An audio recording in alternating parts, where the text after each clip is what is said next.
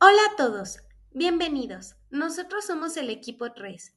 Hoy vamos a explicar de manera clara algunos temas fundamentales, como límites laterales, límites algebraicos, límites trigonométricos, límites infinitos, continuidad, tipos de discontinuidad y continuidad en intervalos. La idea es entender qué significan, cómo se aplican y por qué son importantes en el estudio de funciones derivadas.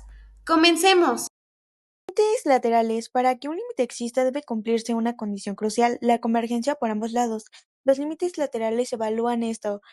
Límite cuando x tiende a negativa y límite cuando x tiende a positiva. El límite general existe si y solo si los límites laterales son iguales. Si son diferentes, el límite no existe y nos podemos apoyar en esta tabulación.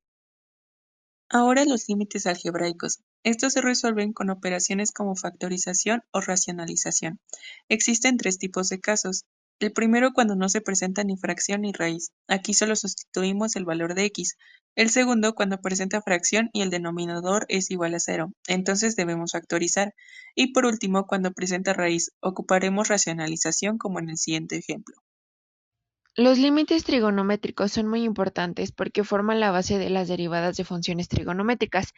Algunas reglas a considerar son que límite de x cuando tiende a cero es seno de x sobre x es igual a 1.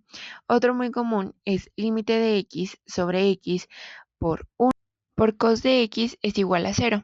Estos resultados se aprenden casi de memoria porque aparecen en muchos problemas. También debemos recordar que funciones como seno de x o coseno de x al infinito no tienen límite, ya que siempre oscilan en -1 y 1. Esto muestra que no todos los límites existen. Pasemos a los límites infinitos. Un límite infinito ocurre cuando la función crece o decrece sin detenerse, acercándose a infinito o menos infinito.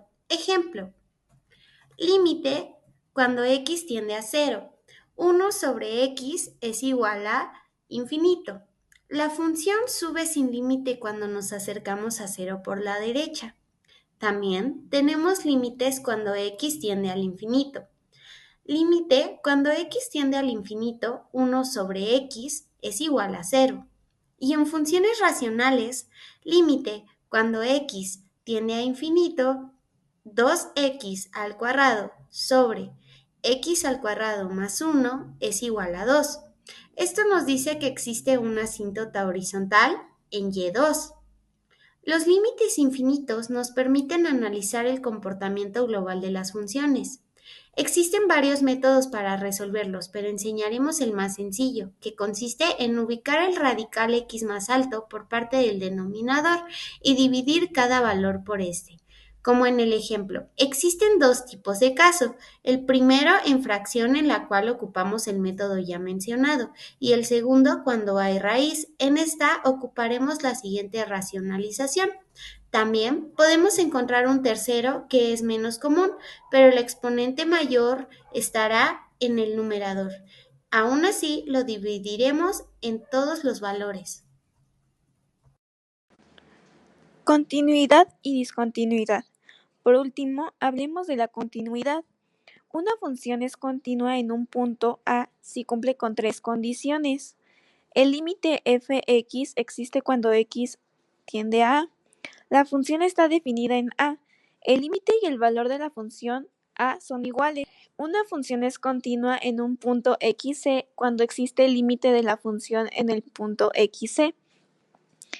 Y dicho límite es fx. Si alguna de estas condiciones falla, aparece una discontinuidad. Existen tres tipos de discontinuidad. Una es la evitable cuando su función no existe pero su límite sí. 2, de salto cuando su función existe y su límite no. Y 3, infinita o asintótica cuando ni su función ni su límite existen. En un intervalo decimos que una función es continua si lo que es en todos los puntos de ese rango.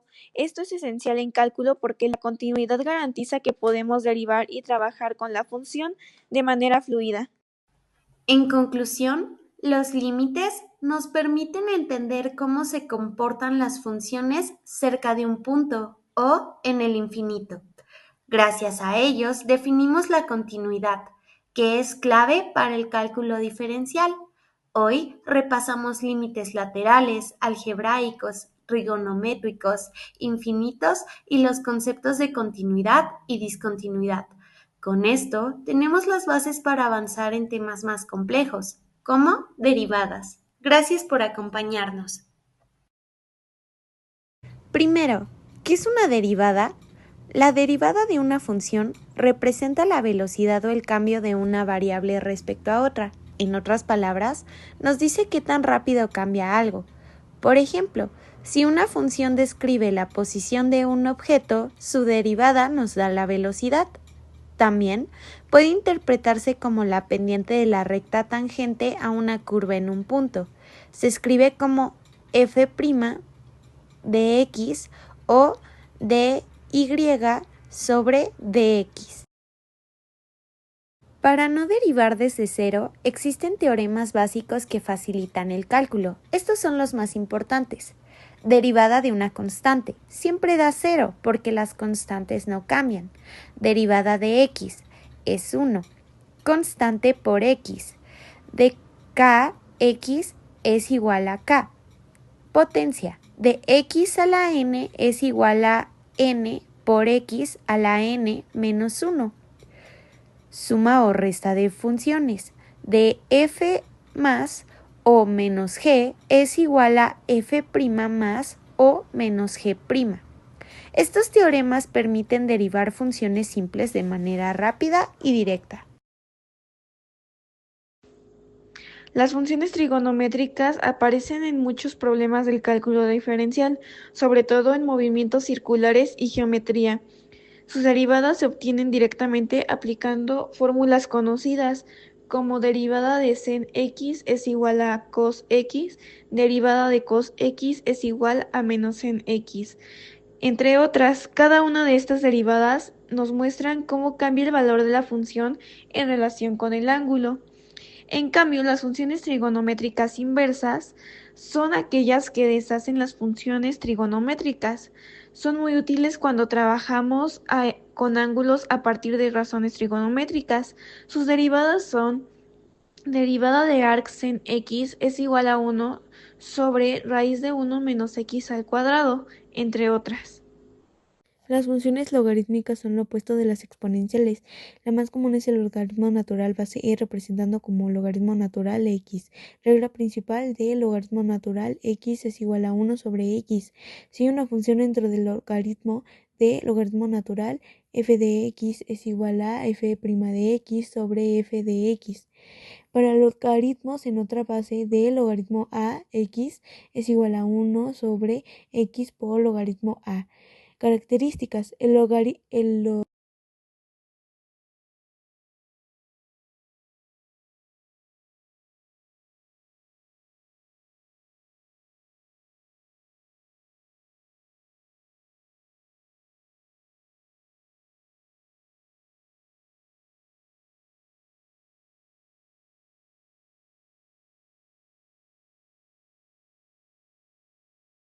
Las derivadas sucesivas son derivadas aplicadas varias veces en la misma función. Cada vez que derivamos obtenemos una nueva función que muestra otro nivel de cambio. Primera derivada indica la tasa de cambio o pendiente. Segunda derivada indica la curvatura o concavidad.